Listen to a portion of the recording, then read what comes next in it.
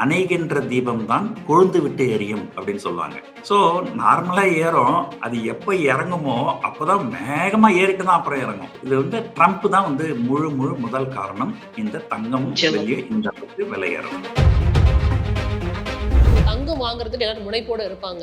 இப்போ வாங்கலாமா வேணாமா அப்படிங்கிறது அவங்களோட தாட்டா இருக்கும். அதாவது இதுக்கு வந்து ஆம் இல்லை அப்படின்னு ஒரு பதில் சொல்ல முடியாதுங்க.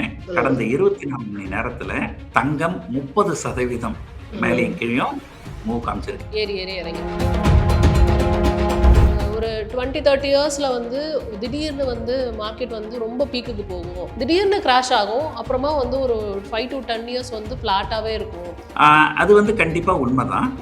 ஏறுகின்ற சந்தை வந்து காலை சந்தை அப்படின்னு சொல்லுவாங்க, இறங்குகின்ற சந்தை வந்து கரணி சந்தை அப்படின்னு சொல்லுவாங்க.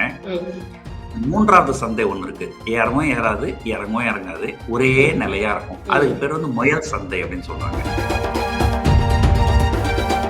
பல நாடுகள்ல வங்கியில வைப்பு நிதி வைக்கிறதுக்காக போறவங்க எல்லாம் அந்த வங்கி அதிகாரிகள், நீங்க எங்க வங்கி வைப்பு நிதியில வைக்கிறீங்க, நீங்க வெளியில முதலீடு பண்ணா லாபம் வரும், தங்கத்துல முதலீடு பண்ணா லாபம் வரும் அப்படின்னு சொல்லிட்டு இந்த வந்து திருப்பி விடுறாங்க. இது திருப்பி விடுறதுல வங்கிக்கும் ஏதோ ஒரு கனெக்ஷன் இருக்கு. இதுல இன்னொரு அட்வைஸும் எல்லாரும் கேட்பாங்க சார், நாம பிசிக்கல் கோல்டா வாங்கிட்டோமா இல்ல வந்து கவர்மெண்டோட அந்த ETF அந்த மாதிரி விஷயங்கள்லாம் எடுத்துக்கிட்டோமா, எது பெஸ்ட் ஆப்ஷன் அப்படி வாங்கணும்னு நினைக்கிறவங்களுக்கு நான் கேட்குறேன். அழகுக்காக வாங்குறீங்களா? அழகுக்காக நீங்க வாங்கணும்னு சொன்னா அதை நகையா தான் வாங்கணும். இல்ல முதலீடெல்லாம் வாங்கணும் அப்படின்னா நீங்க கோல்டு காயின் அல்லது கோல்டு பிஸ்கெட்டு அந்த மாதிரிலாம் வாங்கினீங்கன்னா நீங்க வந்து செய்கூலி சேதாரம்லாம் பெருசா இருக்காது.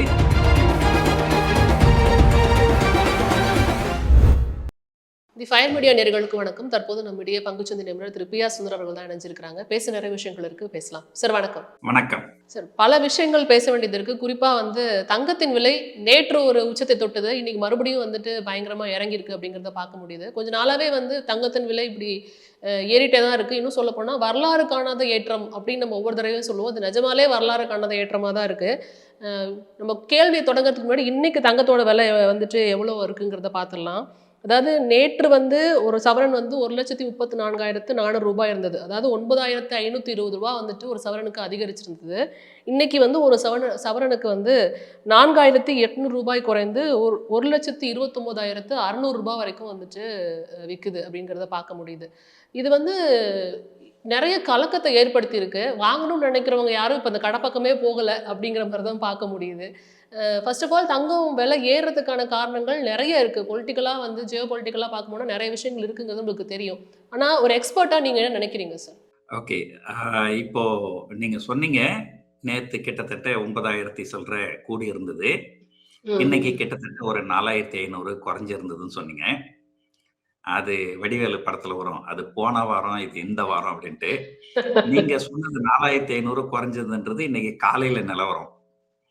நீங்க இப்பத்தி நிலவரத்தை நீங்க அப்டேட் பண்ணிக்கல. அப்படிங்களா? நான் பேசி முடிக்கிறதுக்குள்ள. ஓகே. அதாவது ஒரு நாளைக்கு இந்தியாவில் தங்கம் வந்து 2 முறை விலை மாறும். காலையில ஒரு தடவை மாற்றுவாங்க, மத்தியானம் 2 மணிக்கு. அந்த மத்தியானம் 2 மணி வாக்குல 2வது தடவை குறைஞ்சி கிட்டத்தட்ட நேற்றைய விலைக்கு இன்னைக்கு விலைக்கும் கிட்டத்தட்ட ஒரு 7,500 ரூபாய் அப்படிங்கிற அளவு குறைஞ்சிருக்கு. காலையில ஒரு 4,500, அப்புறம் மத்தியானம் ஒரு 3,000. ஸோ வடிவேலு ஜாக்காவது அது போன வாரம் இது இந்த வாரம்னு வரும். இப்போ இது வந்து இது காலையில இது மத்தியானம் அப்படின்னு சொல்ற அளவுக்கு தங்கத்தோட விலை தாறுமாறா ஏறுது, தாறுமாறா இறங்குது. பொதுவா வந்து இப்போ என்ன நடக்கும் அப்படின்றத சொல்லிடுறேன் கேளுங்க. ஆங்கிலத்துல கிரேட்டர் ஃபுல் தியரி அப்படின்னு ஒரு தியரி இருக்கு. அது ரொம்ப ஒரு இன்ட்ரெஸ்டிங்கான ஒரு தியரி. இப்போ ஒரு உதாரணத்துக்கு சொல்றேன் பாருங்க. உங்களை வந்து என்னோட கம்பெனில நான் வேலைக்கு வச்சுக்கிறேன். நான் பேனா தயாரிக்கிறேன். அந்த பேனாவை நீங்க விற்கணும்னு நான் உங்களுக்கு ஒரு வேலை கொடுக்குறேன், சரிங்களா? நீங்க என்ன சப்போர்ட் வேணாலும் கேளுங்க, நான் கொடுக்குறேன். ஆனா இந்த பேனாவை ஒரு பேனாவை 1,00,000 ரூபாய்க்கு நீங்க விற்கணும். விற்க முடியுமா?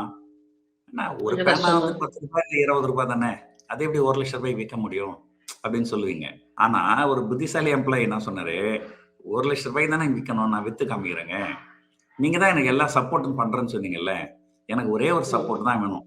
மக்கள் மனதுல இந்த 1,00,000 கொடுத்த இந்த பேனாவை வாங்கினா நாளைக்கு 1,50,000 விற்க முடியும் அப்படிங்கிற ஒரு நம்பிக்கையை நீங்க ஏற்படுத்தணும். ஸோ 1,00,000 இன்னைக்கு ஒரு பொருள், அந்த பொருளுக்கு வந்து வேல்யூ 10 ரூபாய் தான் இருக்கும்.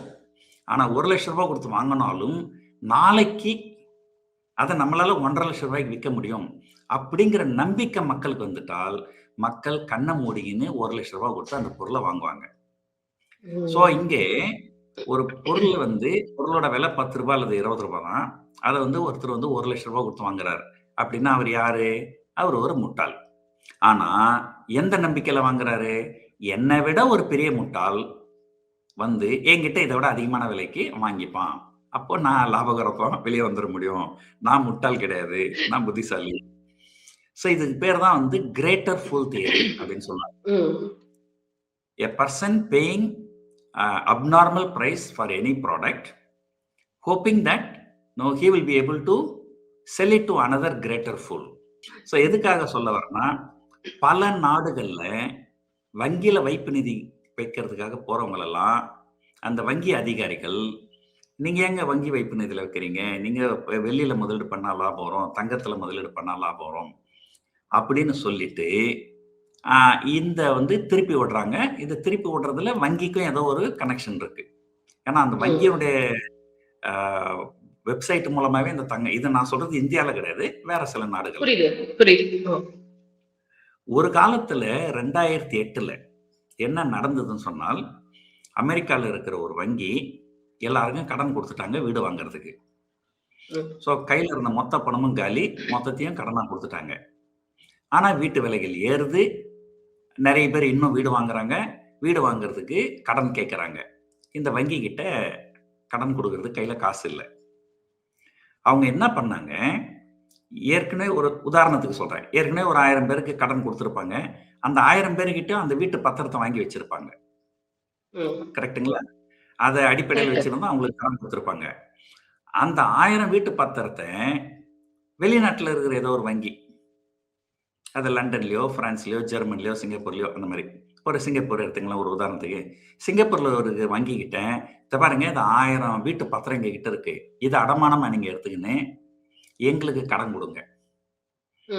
அந்த கடன் வச்சு நாங்க மேற்கொண்டு அமெரிக்கால இருக்கிற மக்களுக்கு நாங்க கடன் கொடுப்போம். சோ அப்போ அதுக்கு பேர் வந்து கோலேட்ரல் டெப்ட் ஆப்ளிகேஷன் அப்படின்னு சொல்லுவாங்க. அமெரிக்கா இப்ப சிங்கப்பூர்ல இருக்கிற வங்கியில யாரோ ஒருத்தர் வைப்பு நிதிக்கு போடுறதுக்கு போனா, நீங்க எங்க வைப்பு நிதியில போடுறீங்க, இதுல போடுங்க இந்த கோலேட்ரல் டெப்ட் ஆப்ளிகேஷன். அதுல போட்டா அந்த பணம் வந்து அமெரிக்காவுக்கு போயிடும். ஸோ அந்த பணத்தை வச்சு அவங்க கடன் கொடுப்பாங்க. அந்த கடன் வந்து அவங்க இஎம்ஐ கட்ட இந்த சிங்கப்பூர்ல இருக்கிற இந்த முதலீட்டாளருக்கு அந்த பணம் வந்து கொஞ்சம் வங்கி வைப்பு நிதியை விட கொஞ்சம் கூடுதலா வருமானம் வரும். இப்படி உலகம் முழுக்க பல நாடுகள்ல பல வங்கிகள்ல இருந்து கடனை வாங்கி ஒட்டுமொத்தமா அமெரிக்கால கடனை கொடுத்துட்டு ஒரு காலகட்டத்துல அமெரிக்க ரியல் எஸ்டேட் சந்தை சரிஞ்சு அது நிறைய பேர் அந்த பணத்தை திரும்ப கட்ட முடியாம போய் அந்த பணத்தை அந்த வங்கி வந்து உலகத்துல இருக்கிற மற்ற வங்கிகளுக்கு கொடுக்க முடியாம போய் ஒரு வங்கி வந்து அங்க அமெரிக்கால திவாலாச்சு. அந்த வங்கி பேர் வந்து லீமன் பிரதர்ஸ். சோ அதைத்தான் நம்ம வந்து 2008 லீமன் பிரதர் கொலாப்ஸ் அப்படின்னு சொல்றோம். சோ அமெரிக்கால ஒரு ரியல் எஸ்டேட் சரிஞ்சுது, அமெரிக்கால ஒரு பேங்க் திவாலாச்சு அப்படின்னா அமெரிக்கா மட்டும் தானே பாதிக்கப்படணும். உலகத்துல இருக்கிற எல்லா பங்குச்சந்தைகளும் பெருமளவு சரிஞ்சது. இதுக்கு 2 காரணங்கள் இருக்கு. ஒன்று, இவங்க அமெரிக்கால இருக்கிற பணத்தை மட்டும் அமெரிக்கால கடன் கொடுத்துருந்தாங்கன்னா அவ்வளவு சரிஞ்சிருக்காது மற்ற நாடுகள். இவங்க மற்ற நாடுகளே வந்து பணத்தை வாங்கி போய் அங்க கொடுத்துட்டாங்க. ஸோ அது வந்து ஒண்ணு. இரண்டாவது, ஒரு வங்கி ஒரு ஒரு உதாரணத்துக்கு சொல்றேன் உங்களுக்கு. நீங்க என்ன பண்றீங்க, உங்ககிட்ட கொஞ்சம் சேமிப்பு இருக்கு. அந்த சேமிப்பு வந்து கொஞ்சம் தங்கத்துல போட்டிருக்கீங்க, கொஞ்சம் வெள்ளியில போட்டிருக்கீங்க, கொஞ்சம் பங்குச்சந்தையில போட்டிருக்கீங்க, கொஞ்சம் பிக்ஸட் டெபாசிட்ல போட்டிருக்கீங்க, கொஞ்சம் ரியல் எஸ்டேட்ல போட்டிருக்கீங்க. இதுல ஏதோ ஒரு பகுதியில வந்து உங்களுக்கு மிகப்பெரிய நஷ்டம் வந்ததுனால், பங்குச்சந்தையிலயோ தங்கத்திலயோ வெளியிலயோ மிகப்பெரிய சரிவு வந்ததுனால், அப்ப என்ன பண்ணீங்க, ஐயோ நம்ம வந்து இவ்வளவு லாஸ் ஆயிடுச்சு. அப்ப என்ன பண்ணுவீங்க, மற்ற அசெட் கிளாஸ், அதாவது உங்களுக்கு பிக்ஸட் டெபாசிட்ல லாபம் இருக்கும், பங்குச்சந்தையில லாபம் இருக்கும், ஆனா தங்கத்துல நஷ்டம் இருக்கும். இதை 3த்தையும் சேர்த்து ஒன்னா க்ளோஸ் பண்ணிட்டீங்கன்னா உங்களுக்கு வந்து ஓவரால் நீங்க லாபத்துல இருப்பீங்க. அப்ப என்ன பண்ணுவோம், அந்த தங்கத்துல உங்களுக்கு லாஸ் வந்ததுன்னா பங்குச்சந்தை இறங்கும். ம். அல்லது பங்குச்சந்தை பெருமளவு லாஸ் வந்ததுன்னா தங்கம் இறங்கும். ஏன்னா, பங்குச்சந்தையில நஷ்டப்பட்டவங்க தங்கத்த வித்து இங்க காச குடுப்பாங்க. ம். ஸோ, ம். இந்த மாரி ஒரு மல்டி அசெட் கிளாஸ் அப்படி இருக்கும்போது, அதுல ம். ஏதோ ஒரு அசெட் கிளாஸ், அது ரியல் எஸ்டேட்டோ, கோல்டோ, அ பங்குச்சந்தையோ ஏதோ ஒண்ணு ஒரு மிகப்பெரிய அளவுல ஏற்றமோ, இறக்கமோ காண்றது நல்லது கிடையாது. ரொம்ப ம். வேகமா போனா, அது ம். போன வேகத்துல திரும்ப கீழ வர்றதுக்கு வாய்ப்புகள் இருக்கு. நிச்சயமா சார். அந்த அந்த டவுட் தான் இப்ப நெறைய பேத்துக்கு இருக்கு அப்படிங்கிறத பார்க்க முடியுது. குறிப்பா சொல்லணும்னா, அந்த பென்னர் தியரி அப்படின்னு சொல்றாங்க. ஒரு 20, 30 இயர்ஸ்ல வந்து திடீர்னு வந்து மார்க்கெட் வந்து ரொம்ப பீக்குக்கு போகும். ஃபார் எக்ஸாம்பிள் ஏதோ ஒரு பிரைஸ் ஃபார் எக்ஸாம்பிள் இப்போ கோல்டு பிரைஸ் இருக்கு. அது ரொம்ப பயங்கர பீக்குக்கு போகும். திடீர்னு கிராஷ் ஆகும். அப்புறமா வந்து ஒரு 5 to 10 இயர்ஸ் வந்து ஃப்ளாட்டாவே இருக்கும். இப்படிங்கிற மாரியான விஷயங்கள்லாம் சொல்றாங்கல்ல. புல் மார்க்கெட்லேருந்து பியர் மார்க்கெட்டா சேஞ்ச் ஆகுறதுக்கு வாய்ப்பு இருக்கு. அப்படிங்கிற விஷயங்கள்லாம் சொல்றாங்கல்ல. அது உண்மையா? ஆ அது வந்து கண்டிப்பா உண்மதான். ஆ. ஆ ஒரு ஏறுகின்ற சந்தை வந்து காலை சந்தை அப்படின்னு சொல்லுவாங்க. இறங்குகின்ற ம். சந்தை வந்து கரணி சந்தை அப்படின்னு சொல்லுவாங்க. ம். 3வது சந்தை ஒண்ணு இருக்கு. ஏறவும் ஏறாது, இறங்கவும் இறங்காது. ஒரே ம். நிலையா இருக்கும். அதுக்கு ம். பேரு வந்து முயல் சந்தை அப்படின்னு சொல்லுவாங்க. ஓ! So okay. ம். காலை சந்தை, கரடி சந்தை, முயல் சந்தை அப்படின்னு 3 ம். சந்தைகள் ம். இருக்கு. பொதுவா எல்லா அசெட் கிளாஸுமே என்ன நடக்கும்னா, ஏதோ ஒரு காலகட்டத்தில மிக, மிக, மிக வேகமா ஏறிடும். ம். அப்படி ஏறும்போது ஒரு இப்ப கிராமத்தில ஒரு பழமொழி சொல்லுவாங்க. அ "அணைகின்ற தீபம் தான் கொழுந்து விட்டு எரியும்" அப்படின்னு சொல்லுவாங்க. ஒரு நீங்க விளக்கு எரியுதுனாக்கா, அது நார்மலா தான் எரியும். அது எண்ணெய் காலி ஆயிட்டு அது அணையும் பாருங்க, அப்பதான் அது கொழுந்து விட்டு எரியும். ஸோ நார்மலா ஏறும். அது எப்ப இறங்குமோ, அப்பதான் வேகமா ஏறிட்டு தான் அப்புறம் இறங்கும். ஆ கடந்த 24 மணி நேரத்தில என்ன நடந்தது அப்படின்றத நான் உங்களுக்கு சொல்றேன் பாருங்க. சொல்லுங்க. கடந்த 24 மணி நேரத்தில தங்கம் 4% ஏறியது. நான் சொல்றது நேற்று சாயங்காலம் இந்திய நேரப்படி. ம். ம். நான் சொல்றது அமெரிக்கால. ம். 4% ஏறியது.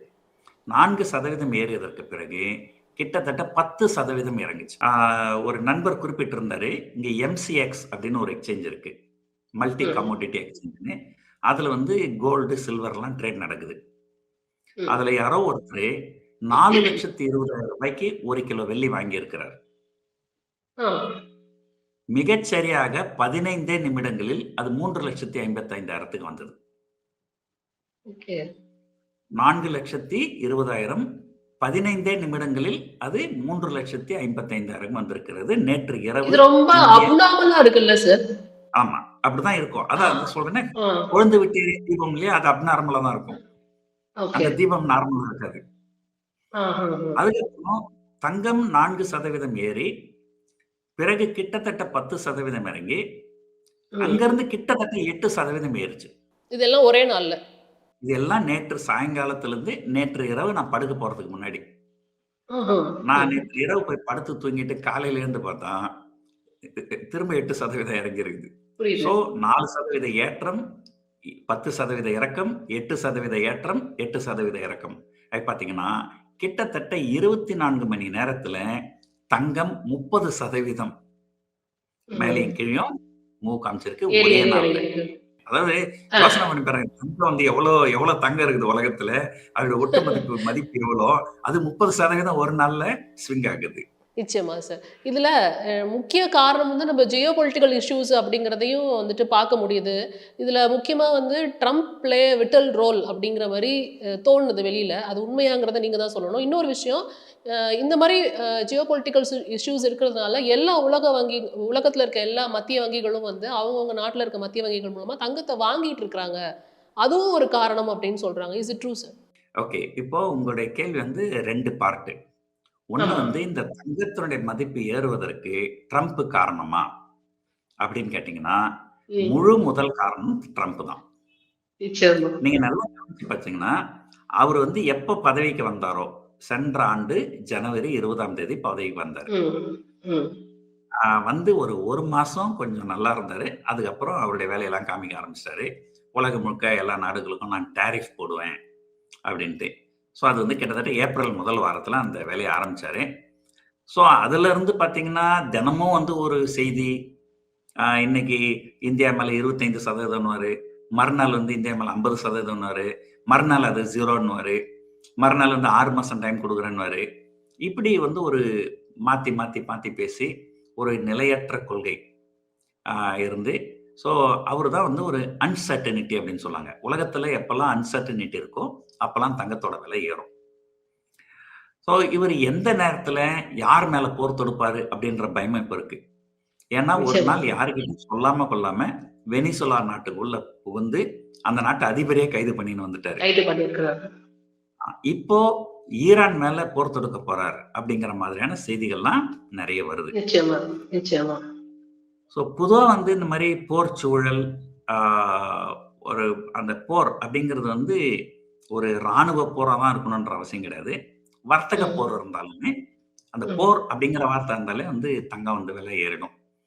ஸோ இந்த ஒரு இராணுவ போரும் இருக்குது மற்றும் வர்த்தக போரும் இருக்கு. இது வந்து ட்ரம்ப் தான் வந்து முழு முதல் காரணம் இந்த தங்கம் வெள்ளி இந்த அளவுக்கு விலை ஏறதுக்கு. நீங்க கேட்ட 2வது கேள்வி, மத்திய வங்கிகள் தங்கம் வாங்குவதால் தங்கம் விலை ஏறுகிறதா அப்படின்னு கேட்டீங்கன்னா ஆன்சர் இல்ல. அது காரணம் கிடையாது. இப்போ நீங்க வந்து ஏதோ ஒரு இடத்துல வேலை செய்றீங்க, உங்களுக்கு ஒரு சேமிப்பு இருக்கு. அந்த சேமிப்பை நீங்க அப்படியே வீட்டுல கேஷா வச்சிருந்தா உங்களுக்கு வட்டி கிடைக்குமா அல்லது அது முதலீடு பெருகுமா? பெருகாது. அப்போ நீங்க வந்து அந்த பணத்தை எங்கேயோ ஒரு இடத்துல முதலீடு பண்ணுவீங்க. வங்கி வைப்பு நிதியில முதலீடு பண்ணுவீங்க, அல்லது தங்கத்துல முதலீடு பண்ணுவீங்க, அல்லது ரியல் எஸ்டேட்ல முதலீடு பண்ணுவீங்க. அதே போலதான் ஒவ்வொரு நாட்டுக்கும் மத்திய வங்கி, ரிசர்வ் பேங்க் அப்படின்னு அவங்களுக்கு நிறைய வருமானம் வரும். அந்த வருமானத்தை அவங்க அப்படியே வச்சுட்டு இருக்க முடியாது. அது வந்து ட்ரெஷரி ஆபரேஷன் அப்படின்னு சொல்லுவாங்க. அந்த பணத்தை அப்படியே வச்சிருந்தாங்கன்னாக்கா அவங்களுக்கு அதனால எந்தவித பயனும் கிடையாது. பெரும்பாலும் இந்த மத்திய வங்கி கிட்ட வெளிநாட்டு செலாவணியும் நிறைய இருக்கும். அதாவது நம்ம ஏற்றுமதி பண்றோம். ஏற்றுமதிக்கு நம்ம வர காசு வந்து டாலர்ல வரும். அந்த டாலரை வந்து ஆர்பிஐ வச்சுன்னு நமக்கு இந்தியன் ரூபீஸ் கொடுத்துருவாங்க. அப்ப ஆர்பிஐ கிட்ட நிறைய டாலர்ஸ் இருக்கும். அப்போ அந்த டாலர் எல்லாம் வந்து அவங்க வந்து அமெரிக்காவில் ட்ரெஷரி அப்படின்னு சொல்லுவாங்க.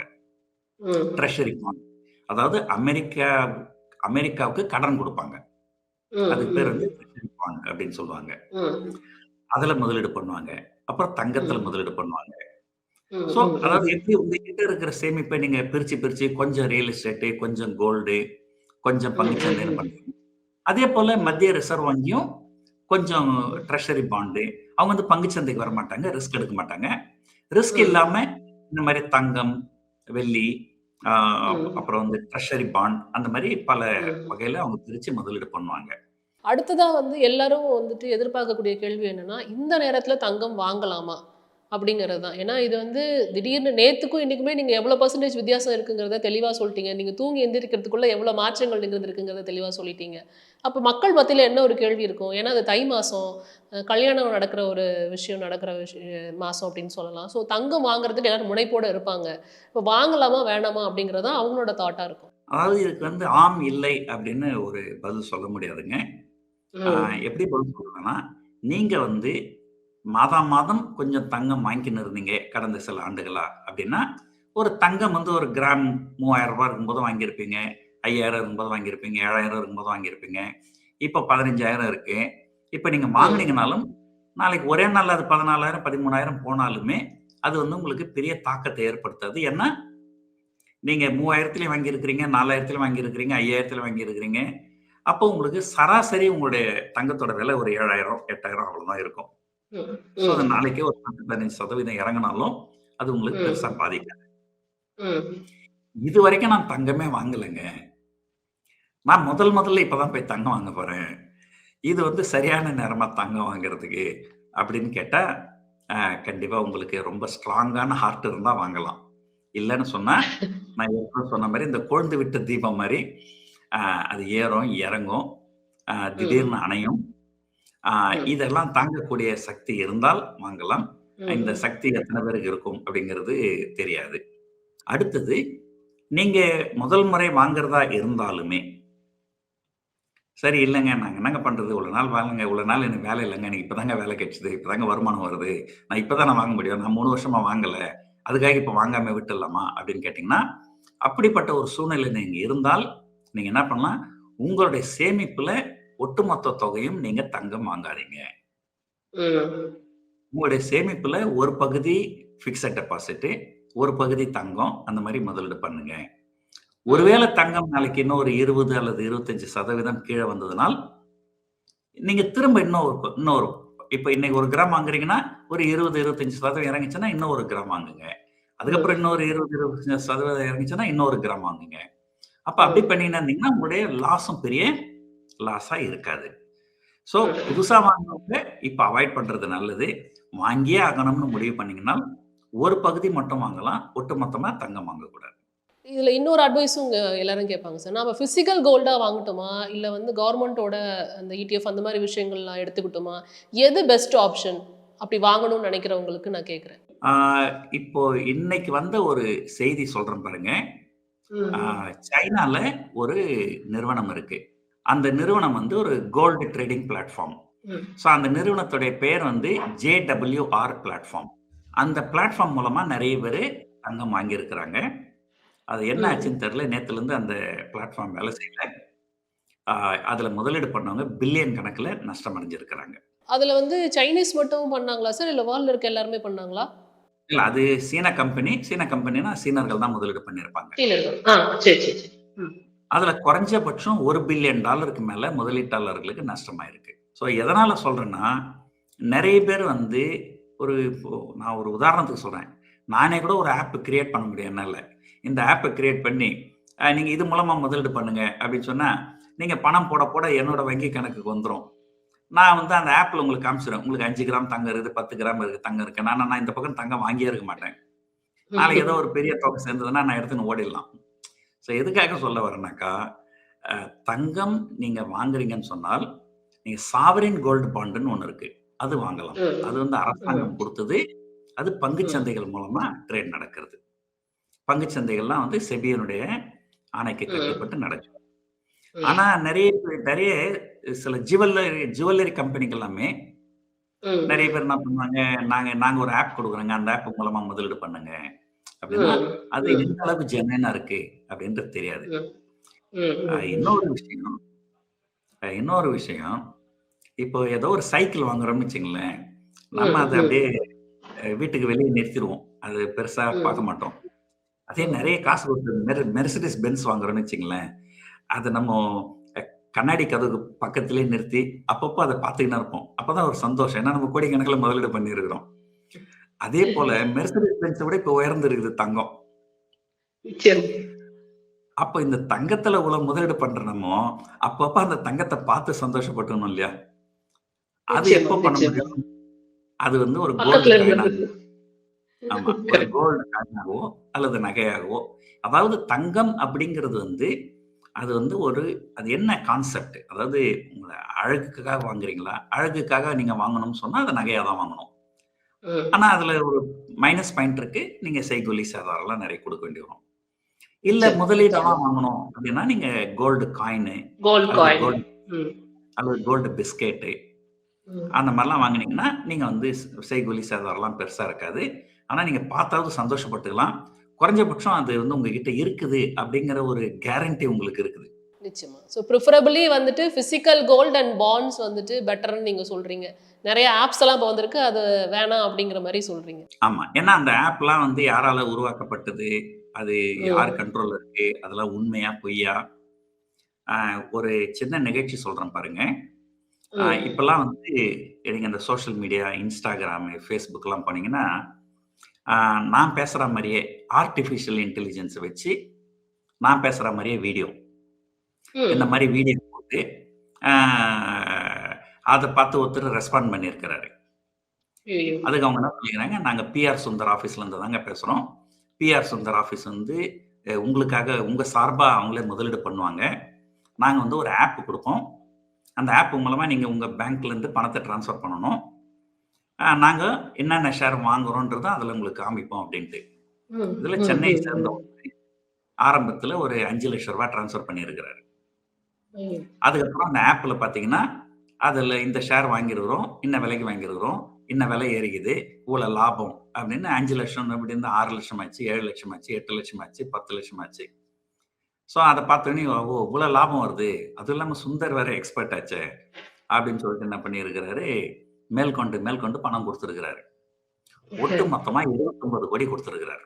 அந்த ரூ. 29,00,00,000 குடுத்ததுக்கு அப்புறம், ம். அந்த ஆப் வந்து அ லாபம் காமிச்சு காமிச்சு, அந்த ஆப் வந்து ரூ. 185,00,00,000 லாபம் காமிக்குது. My god. ம். அப்போ இவரு என்ன பண்ணாரு, ஒரு ரூ. 5,00,00,000 வேணும் அப்படின்னு சொல்லிட்டு, அந்த ஆப்ல இருந்து எனக்கு ரூ. 5,00,00,000 வேணும்னு கேட்டா, அந்த காசு வரல. அதுக்கப்புறம் அந்த முதல்ல கான்டாக்ட் பண்ணாரு இல்லைங்களா? அந்த நம்பருக்கு கான்டாக்ட் பண்ணி, "என்னங்க ரூ. 5,00,00,000 எனக்கு வேணும்னா வரமாட்டேன்து." ஏன்னா, "சார் உங்களுக்காக பி.ஆர். சுந்தர் இவ்வளோ கஷ்டப்பட்டு உங்களுக்கு 150,00,00,000 லாபம் சம்பாரிச்சிருக்கிறாரு. அவருக்கு ரூ. 15,00,00,000 நீங்க கமிஷன் குடுக்கணும். அந்த கமிஷன குடுத்ததுக்கு அப்புறம் தான் நீங்க பணத்த எடுக்க முடியும்." அப்பன்னா அப்பதான் அவருக்கு யோசனை வந்திருக்குது. "டேய் எனக்கு ரூ. 150,00,00,000 நீ லாபம் பண்ணி குடுத்தனா, அதுல 15,00,00,000 நீயே எடுத்துட்டு மீதி 135,00,00,000 குடுக்கலாம்ல." அதனால ம். இல்ல நீங்க 15,00,00,000 நீங்க தனியா குடுக்கணும். அப்பதான் அவருக்கு தெரிஞ்சிருக்குது, இத யாரோ ஃப்ராடு பண்றாங்க அப்படின்னு சொல்லிட்டு. ஓகே. ம்ஹ்ஹ்ம். அதுக்கப்புறம் அவரு போலீஸ்ல போய் கேஸ் ஃபைல் பண்ணியிருக்கிறாரு. ஓகே. ஸோ அந்த அந்த போலீஸ் அதிகாரி எனக்கு தெரிஞ்ச ஒரு நண்பரு. அவரு எனக்கு ஃபோன் பண்ணி ம். சொன்னாரு. ஓ! ஸோ இப்படிலாம் சரி, வந்து சரி. ஏமாத்துறாங்க சார். அந்த டிஜிட்டல் ஓ! அரெஸ்ட்ன்னு அதனால ஏமாத்துறாங்க. புரியுது சார். அப்ப வந்து இந்த ஆப்ஸ் எல்லாம் கொஞ்சம் யோசிச்சு யூஸ் பண்ணணும் அப்படிங்கிறது நீங்க சொல்லும்போது புரியுது. ஆமா, இப்ப நீங்க டிஜி யாத்ரான்னு ஒரு ஆப் இருக்குது. அது அரசாங்கம் குடுக்குது. அத நீங்க நம்பலாம். ம். ம்ஹ்ம். அரசாங்கம் குடுக்குற ஒரு ஆப்ப நீங்க நம்பலாம். அல்லது ஏதோ ஐசிஐசிஐ பேங்க், HDFC பேங்க் அந்த மாரி ஒரு சிறந்த நிறுவனங்கள். ஆனா நெறைய ம். பேரு ஒரு ஆப் குடுக்குறாங்க. அந்த ஆப் யார் ரன் பண்றாங்க? அந்த ஆப் உள்ள ம். நம்முடைய கோல்டு 10 கிராம் இருக்குதுன்னு காமிச்சதுன்னா, அது உண்மையிலேயே நம்ம 10 கிராம் அங்க இருக்குதா? ம். ஸோ இது வந்து ஸ்கேம் வந்து நெறைய இந்த கம்ப்யூட்டர் பத்தி நமக்கு அதிகம் தெரியாது. ஆனா கம்ப்யூட்டர் பத்தி தெரிஞ்சவங்க நெறைய பேர் வந்து இந்த மாரி அத மிஸ்யூஸ் பண்ணி ஏமாத்துறதுக்கு வாய்ப்புகள் நெறைய இருக்குது. நிச்சயமா. மேபி ஒருவேளை எனக்கு வயசாயிடுச்சோ என்னமோ! நமக்கு வயசானவங்களுக்குலாம் எப்பவுமே நம்ம பிசிக்கல் கோல்டு நம்ம கண்ல பார்த்துன்னே இருந்தா தான் ஒரு சந்தோஷம் இருக்கும். ஸோ அப்ப இத தாண்டி சார் இப்போ தங்கம் விலை குறையுமா? அந்த 1980ல தங்கம் 4 மடங்கு விலை ஏறியது. ஆனா, ஏதோ ஒரு இடத்துல பீக்குக்கு போயிட்டு, அடுத்த 27 வருஷத்துக்கு அது எங்கேயுமே போகல. அங்கே தான் இருந்தது. அப்ப கிராஷ் ஆக வாய்ப்பு இருக்குங்கிற பட்சத்துல, அது எப்ப அது நடக்கிறதுக்கு வாய்ப்பு இருக்கு? அது நம்மளால கணிக்க முடியுமா? ஆ கண்டிப்பா கணிக்க முடியும்.